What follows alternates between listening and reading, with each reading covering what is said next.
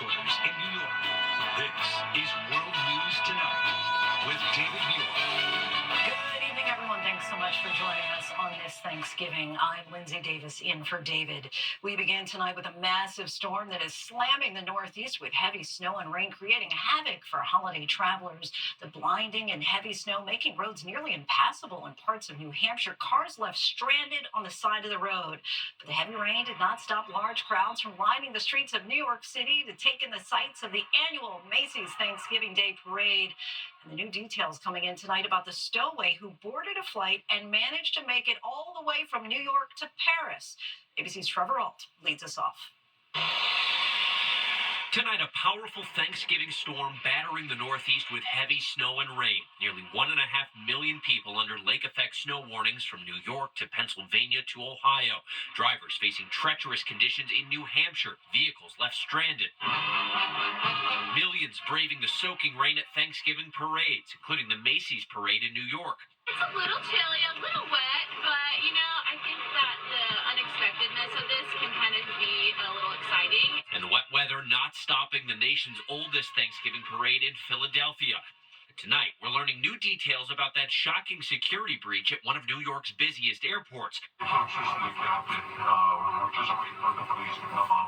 A stowaway slipping past the TSA ID scan and a Delta agent at JFK sneaking onto an international flight to Paris. Rob Jackson was on that packed plane. It's definitely concerning. And says he heard a flight attendant say a woman had been moving between the bathrooms without ever taking a seat. I feel like there were clearly multiple layers of security at JFK Airport that failed. I just feel like it never should have gotten to that point where an unauthorized person was able to board an international flight. That stowaway was detained upon landing. Delta is now conducting a full investigation. Hey, and Lindsay, the busiest travel days may still be in front of us. Tomorrow morning will likely be very congested on the roads, and at airports, Sunday could be the busiest day in TSA history. Lindsay. Over to the wise. Trevor, thank you and happy Thanksgiving. Let's get right to ABC's meteorologist, Samara Theodore. Samara, we know millions are bracing not only for heavy snow, but also the coldest air of the season. Yes, Lindsay. In fact, the worst of the rain has left the I-95 corridor, but the winds behind it really adding to that bite in the air. We're still seeing snow fall for parts of New England, including Vermont, New Hampshire, upstate New York, and Maine. In the next 24 hours, more snow is anticipated, mainly for Lake Erie, Lake Ontario, and the cities surrounding it. In fact, we do have some warnings in place right now. We have a lake effect snow warning from Cleveland to Buffalo, winter storm warnings for parts of Michigan. And as far as totals go, we could see anywhere from 1 to 2 feet of snow in cities like Cleveland, Erie, and Buffalo. Up towards Watertown, New York, upstate New York, they could see 3 to 4 feet of snow. And we need the cold air to make the snow, and boy, is it coming into play. Now, on Friday, Black Friday, a lot of folks are going to be shopping. Places like Minneapolis around 18 degrees. Philadelphia on Saturday only reaching a high of 38. Lindsay? That wintry weather is upon us, Samara. Thank you. Now to President Biden weighing in on President-elect Trump's tariff threat against Mexico and Canada and the fallout over the high-stakes call between Trump and the president of Mexico. The latest now from ABC's Jay O'Brien. Tonight, President-elect Donald Trump and Mexico's president clashing over details of a high-stakes call related to Trump's signature campaign issue, immigration. Trump yesterday claiming that Mexican President Claudia Sheinbaum agreed to, quote, stop migration through Mexico and into the United States, effectively closing our southern border. But then Sheinbaum appearing to contradict the president-elect, saying she told Trump migrant caravans are being stopped before they reach the U.S., adding, we reiterate that Mexico's position is not to close borders. We're going to end up with the largest deport. The call coming after Trump pledging to follow through on a key campaign promise threatened to impose sweeping 25% across-the-board tariffs on goods from Mexico and Canada until both countries stop what Trump claims is a flow of drugs and illegal migrants. Every damn thing that they sell into the United States is going to have like a 25% tariff until they stop drugs from coming in. ¿Por qué ponerle un impuesto? Sheinbaum threatening a trade war and tariffs on American goods in response. President Biden today saying he hopes Trump rethinks his tariff plan, calling it counterproductive. We have an unusual situation in America. We're surrounded by the Pacific Ocean, the Atlantic Ocean, and 2 allies, Mexico and Canada. And the last thing we need to do is begin to screw up those relationships. Trump also meeting with Meta CEO and Facebook founder Mark Zuckerberg, inviting the tech titan to dinner at Mar-a-Lago. Zuckerberg, who had been critical of Trump suspending his accounts on Facebook and Instagram for 2 years after the January 6th attack, now appearing to court Trump's favor before his second term. This summer, Zuckerberg personally calling Trump and praising his response to the Butler assassination attempt. Mark Zuckerberg has been very clear about his desire to be a supporter of and a participant in this change that we're seeing all around America. In a statement, Meta saying Zuckerberg was grateful for the invitation and that it's an important time for the future of American innovation. Let's get right to Jay O'Brien in West Palm Beach for us tonight. Jay, we're learning more about President-elect Trump's appointees and now some Democratic lawmakers who are all being targeted by hoax, bomb threats, and swatting incidents. What can you tell us about that? That's exactly right, Lindsay. We're learning tonight of at least 5 Democratic lawmakers of Connecticut whose homes this Thanksgiving were targeted with hoax bomb threats. No explosive devices were found, and it comes just a day after at least 7 of Donald Trump's cabinet picks, including his choice for Secretary of Defense and CIA Director, had security incidents at their homes as well, ranging from pipe bomb threats to swatting. No explosive devices recovered in those incidents either. And tonight, Lindsay, the FBI, as well as state and local law enforcement, conducting several ongoing investigations. Lindsay. And we know the Trump administration has called those threats un-American. Jay, thank you.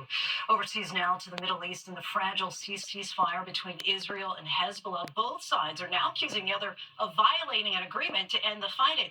Meanwhile, some residents of South Lebanon returned home to scenes of devastation and destruction. Now to Russia, which is unleashing a massive aerial attack against Ukraine's energy grid. That assault can be seen in videos circulating online. More than 1 million people are without power in the brutal cold there. And Vladimir Putin out with a new warning to the West and praise for President-elect Trump. Here's ABC's chief foreign correspondent, Ian Pannell.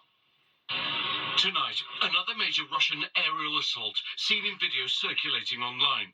Nearly 200 missiles and drones striking Ukraine's energy system. More than 1 million households now in the dark. Vladimir Putin stepping up his campaign to crush Ukraine's power grid, collective punishment of civilians as winter sets in. President Zelensky calling the attack vile.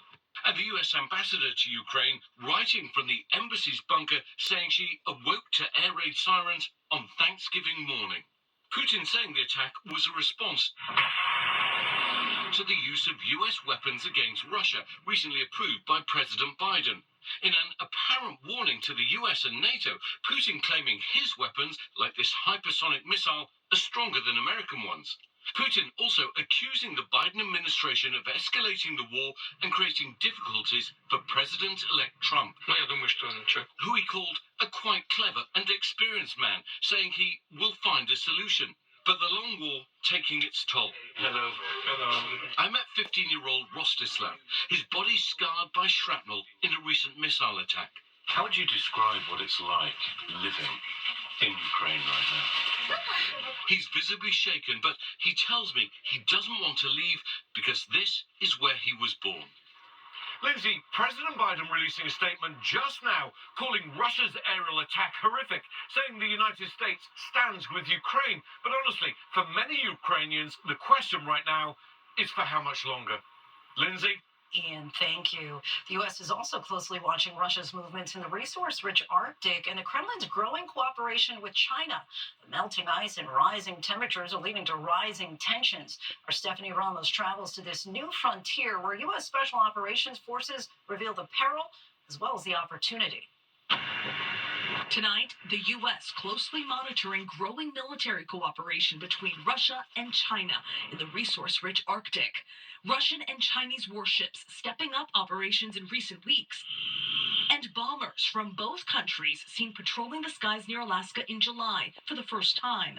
The Arctic now a new point of tensions as the U.S., Russia, and China see new opportunities in a region where rising temperatures have caused the polar ice sheet to recede, opening up new sea lanes and shipping routes.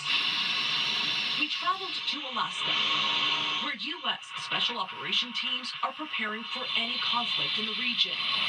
We're about to get on this MC-130 aircraft headed to Wales, one of the most western points in Alaska. We we are with a team of Green Berets as they operate in the Arctic. We follow them to the closest point to Russia on the American mainland. Some of the areas where our outstations are at, less than 3 miles away from Russia. So the actions that our personnel and the operations that our personnel are taking on the ground there, they are going to elicit a response in some form or fashion. This is Polar Dagger, a mission intended to show Russia's decision makers what the U.S. military can do in the remote areas of the Arctic. Just being in this location, rapidly deploying, rapidly force projecting, is going to cause a reaction that then we can look at for future operations. But the goal is to keep the Arctic stable and prevent the risk of miscalculation with Russia and China as they increase their operations in the region. Just about 30 miles out from here is Big Diomede Island. That is Russian territory. To the east of that is Little Diomede. That is U.S. territory. When the water freezes in the winter, you can literally walk through Russia, which is why this area is so critical to our national defense. Colonel Matthew Tucker says the military's ability to operate here shouldn't be taken as a threat. We have a series of operations that we conduct throughout the year focused on demonstrating our ability to rapidly deploy, gaining domain awareness, ensure we know and understand what our adversaries are doing in the region or our competitors are doing in the region, and then preparing our capabilities. Lindsay, these troops are working day and night, not only to protect the nation, but also to provide critical oversight on those Russian and Chinese forces, as all three countries look to exploit the opportunities in the Arctic. Lindsay. Certainly an uptick in activity there. Stephanie, thank you. Next tonight, tomorrow is Black Friday, one of the busiest days of the holiday shopping season, which is shorter this year. And so far, all signs are pointing to shoppers spending more money, even though many are still carrying debt from last year. More now from ABC's Melissa Dunn. Tonight, the holiday shopping season is heating up, and despite widespread economic anxiety, consumer spending is off to a strong start. Since November 1st, e-commerce data gathered by Adobe Analytics shows that online shoppers have already spent more than $77 billion. That's up more than 9% since last year, and the National Retail Federation expects record spending on gifts, food, decorations, and other seasonal items, with consumers spending about $25 per person more than last year. The average holiday shopper is budgeting around $900.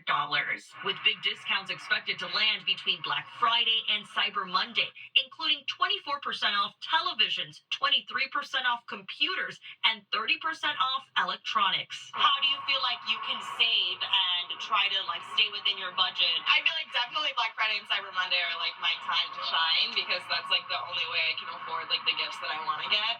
Experts predicting that with 5 fewer days between Thanksgiving and Christmas this year, shoppers are more likely to get off their computers and hunt for deals in stores. With one less week, we see a lot more store traffic because the reliability of shipping being at your doorstep. Lindsay, recent surveys have found that many shoppers are actually still carrying over debt from last year's holiday season. So definitely makes you want to keep in mind that all of that bargain shopping, those deals, it can add up. Lindsay? Certainly can. Good advice there, Melissa. Thank you so much. There is still much more ahead on World News Tonight this Thanksgiving. The decades-old mystery solved. What authorities found at the bottom of a lake. News about Dodgers superstar Shohei Ohtani and giving thanks to the airline captain who bought pizza for his passengers, all 155 of them. Next tonight, the mysterious disappearance of a couple from Scarsdale, New York, solved after 44 years. Charles Romer and his wife, Catherine, have been positively identified after their Lincoln Continental was found at the bottom of a lake in Brunswick, Georgia. The Romers vanished while driving back from Florida in 1980. Their family suspected foul play, but tonight, it appears it may have been an accident. When we come back, show to the index tonight, Dodgers superstar Shohei Ohtani is suing to get a collection of baseball cards from his former interpreter, Ippei Mizuhara. Mizuhara has already pleaded guilty to stealing $17 million from Ohtani's accounts to cover his gambling debts. Ohtani says Mizuhara also used $325,000 of those stolen funds to buy the cards, which were confiscated by police during Mizuhara's arrest. Now to the Thanksgiving Day celebrations overseas. Troops in Iraq and enjoyed a Thanksgiving Day feast with all the trimmings. President Biden celebrating the holiday with his family in Nantucket, greeting first responders at a fire station and delivering them a pumpkin pie. The president says on this Thanksgiving he is grateful for his family, a peaceful transition, and the ceasefire deal between Israel and Hezbollah. Coming up, acts of kindness across the country. Finally, America Strong. Our thanks to the quiet heroes. Tonight on this Thanksgiving, the incredible acts of kindness across our country. From right here in New York City, the glove factory, Wing and Weft Gloves. The team hard at work sewing toiletry kits that they're donating to homeless shelters. Southwest Airlines donating the seat covers from decommissioned planes. The seamstresses turning the seats into toiletry kits. Friends, family, even my niece and her Girl Scout troop came to work on this project. Happy Thanksgiving from Wing and Weft Gloves. In Gloucester, Massachusetts, Gordon Seafood since 1849. 500 workers. This year, for their 175th anniversary, they're encouraging their team and loyal customers to perform 175 acts of joy. Jody Blanche is donating food. She's worked at Gorton's for 34 years. Larry Ireland is donating too. I was proud to be able to make a difference in my community. Happy Thanksgiving. Susie Siegel on the impact. From donating yellow items to local animal shelters and schools, to filling free local libraries with yellow books, to yellow-themed beach cleanups, we saw some incredible and creative ways to make a difference in our communities. And with so many traveling this holiday season, United Airlines pilot Scott Wardle personally ordering and serving dozens of pizzas to 155 passengers on his flight. Flying from Houston to Phoenix, he had to make an emergency landing in Albuquerque for a sick passenger. The passenger, thankfully, would be okay, but the cabin crew timed out, and the passengers had to wait for new flight attendants. With the food court about to close, Captain Scott sprung into action. If there's anything you can ever do for someone, even if it's a small gesture out of it, a lot of times that is well received. It's sometimes the small things that make the greatest impact. Happy holidays and happy Thanksgiving. It's the little things, and we are thankful for you. Have a good night.